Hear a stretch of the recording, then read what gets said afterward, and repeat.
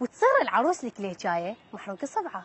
برج الأسد، تبدو أبو خميس في بداية العام، لكنك ستتحول إلى بزون مبلل من العرق بسبب انقطاع حبل مولدة تشغيل البيت بإيدك. لا تسحب الحبل بإيدك يا أبو خميس. الميزان، وازن أعصابك، فدخول برجك في مجال برج التنين ينذر بقيامك بضرب أبو المولدة لرفع سعر الأمبير. ستحول عمامك وستدفع فصل. ألف لتر غاز إن قمت بذلك. أتمنى لكم عاما مليئا بالأمبيرات والوطنية، وأهلا بكم في مهرجان الكهربائي السنوي في العراق. مرحبا، شلونكم؟ بالنسبة للمضغوطين من فيديو هالنودة الحج، يدري عمي ايش دعوة عليكم، ترى والله تمثيل مدى قلده بالحقيقة، هذا كله تمثيل من ضمن هذا البرنامج شاهد علي. ادري بعدين احنا ايش فايتنا ونطق مثل مصطفى الحجي، شايفين ايش قد متابعينه، خلينا نسوي وما اعرف شنو حتى نطق. بس مع ذلك احنا حبايب ما يفرقناش الا الموت يا اخويا، يعني مهما تعاركنا ولو وصلنا بالبرلمان، وين ما تشوفونا نوصل بالعركات ولا طلايف بس نطلع حبايب. كلنا شفنا اللي صار بالبرلمان وسوق هرج اللي صار، يعني ما بقى الا واحد يطب بنص هاي الهوسه ويصيح حبجي قاير عليك، حبجي قاير عليك، حبجي قاير عليك، حبجي قاير عليك، حبجي قاير عليك، حبجي قاير عليك، والاخ يصيح باله جديده ب500 قض الشتاء.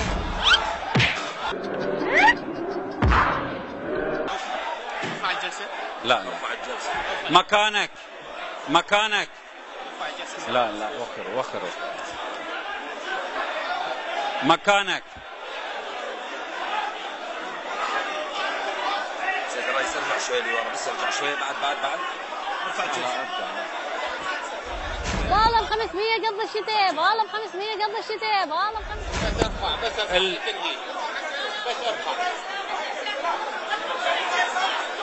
ارجعوا اماكنكم، رجعوهم لاماكنكم.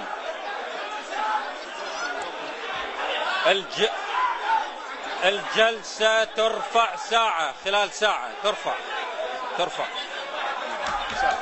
هم لأماكنكم. يعني حتى مرات تتخيل هوسة البرلمان نفس قاعة البلياردو.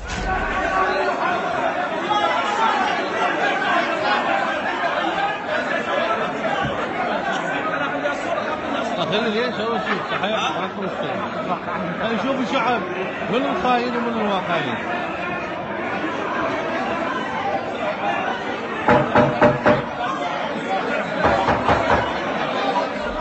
واللخ شايل الفراشه ومخته يفتر بين عباق دازين معايشه، والعينتين اللوخ حايره بعضايته شلون تلزمها من تتعارك.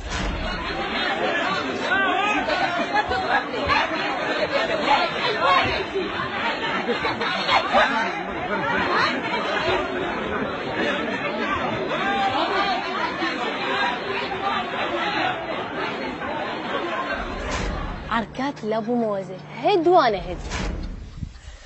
والزلمه ما تظن الفوانين ترى شبهه لما تتهيأ زلمه ما يشبه قتل. انا زلمه وعلى راسه الفانيله شقت الفانيله شقت الفانيله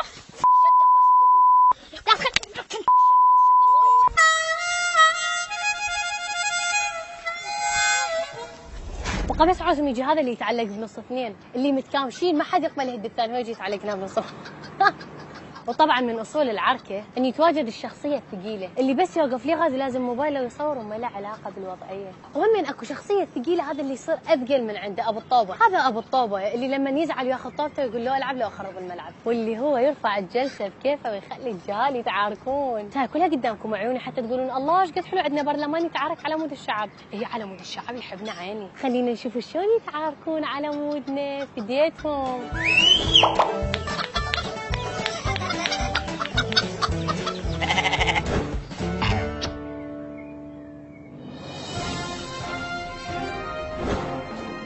تحية لكم طيبة أعزائي المشاهدين، أحييكم أنا هند الهندي في حلقة جديدة من برنامج يا طلابة ما تخلص.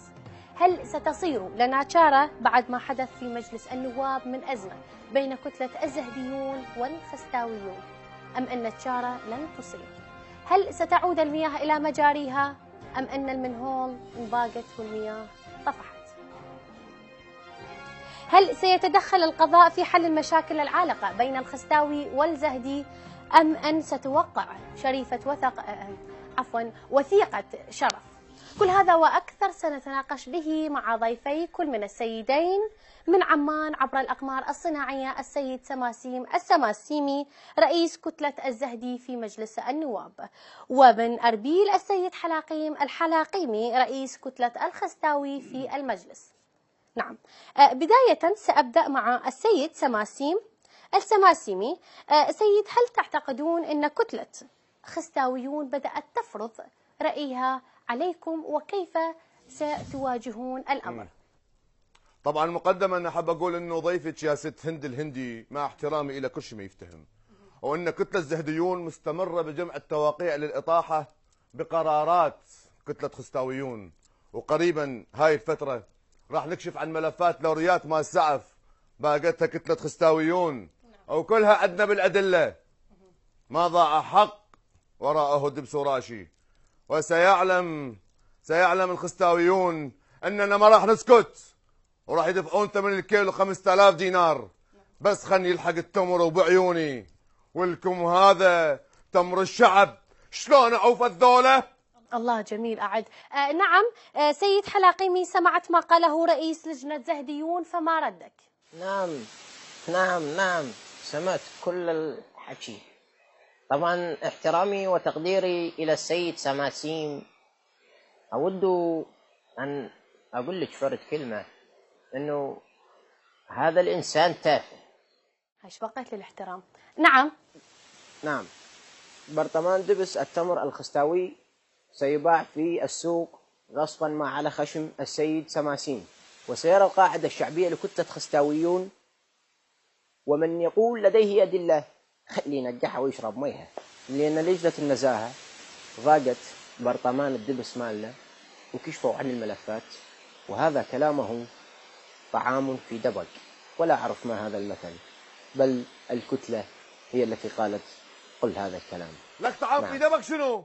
بس خلنا نرجع لبغداد، إذا ما أهفك بعتق خلال فلا أسمى باسمي وإلا أسوي وجهك نافورة.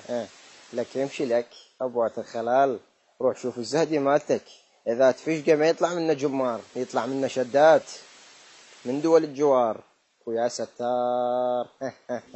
لك هاي علي من أبو خستاويون علي بسيطة، إذا ما خلي الشعب كله يطلع وراك وأراويك النخلة الحياطة شو تخلف توم، لك روح لك، ما نصوت على قراركم، على قراركم. نعم بس هدوء أرجوك سيد حلاقيمي. سيد سماسيمي ممكن بسيطة نطلب الهدوء؟ أنا عنك إلا طلع الكلن عليك. خل ارجع لبغداد. بسيطة ارجع لبغداد وشوف شو اسوي بيك. استبرني اسمعوني أرجوك. تعال سيد حلاقيم، تعال. سيد سماسيمي، ممكن الهدوء، أطلب من عندكم الهدوء رجاء. طبعا إلى هنا انتهت حلقتي، طلبت ما تخلص لهذا اليوم، انتظروني بحلقة جديدة. تحياتي هند الهندي، إلى اللقاء. أدري الشباب ايش بيكم صدقتوا؟ فيك يا حلاقي مسير الحلقة وخلصت.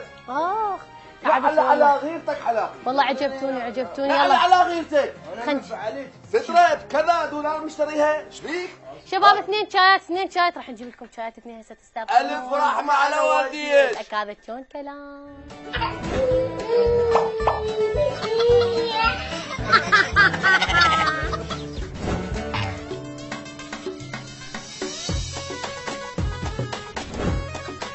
يا أخي ايش بيه شغلة البرلماني؟ أصلا شغلة جديدة علينا احنا العراقيين، شغلة الله وكيلك شخط ما بيها، من الدولة الأجنبية للبرلمان، ومن البرلمان للدولة الأجنبية. وين اكو أحلى من هاي الشغلة؟ تخلص جلستك، تركب طيارتك، عدل قبل خارج العراق، وبيها خوش خبزة ورصيد بنقي وفلوس جهالك توكلهم بيها. بس انا اقول لك هي شدتها بصراحه لما نترشح يعني، وتقنع العالم وتقشمرهم وتضحك عليهم وراها ترتاح العمر كله. بعدين تعال اقول لك، هو انت ايش عبالك يعني ايش راح تسوي بالبرلمان؟ هي كلها دفتر نظام داخلي تقرا بليله واحده وتراجعه قبل الجلسه. بعدين ايش فايت لك؟ عندك حمايه وعندك جبسارات خامه، مثل حظي سيارتي زعره مكسره، ومدوخه بسعر النفط صعد نزل، راتبك يجيك لحد بيتك اللي تنطيك اياه الدوله، وكهربائك ما تطفى. يعني باختصار امك داعيت لك اذا صرت بالبرلمان. واحنا نريد نسهل عليكم المهمه حتى خاف تعجبكم الفكره وتريدون ترشحون، راح نعرفكم على نبذه من الجلسات البرلمانيه حتى من تفوزون ان شاء الله ما تطبون مغمضين. البرلماني شنو شغله وشنو يسوي بالجلسه، ابقى اعلم بيكم، امري الى الله.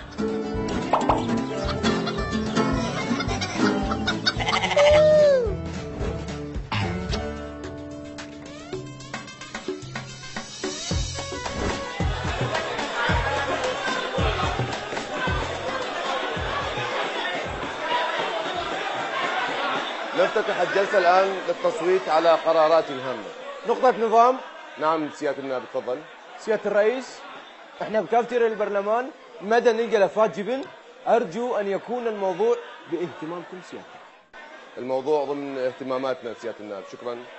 الآن نفتتح الجلسة على التصويت على قرارات هامة.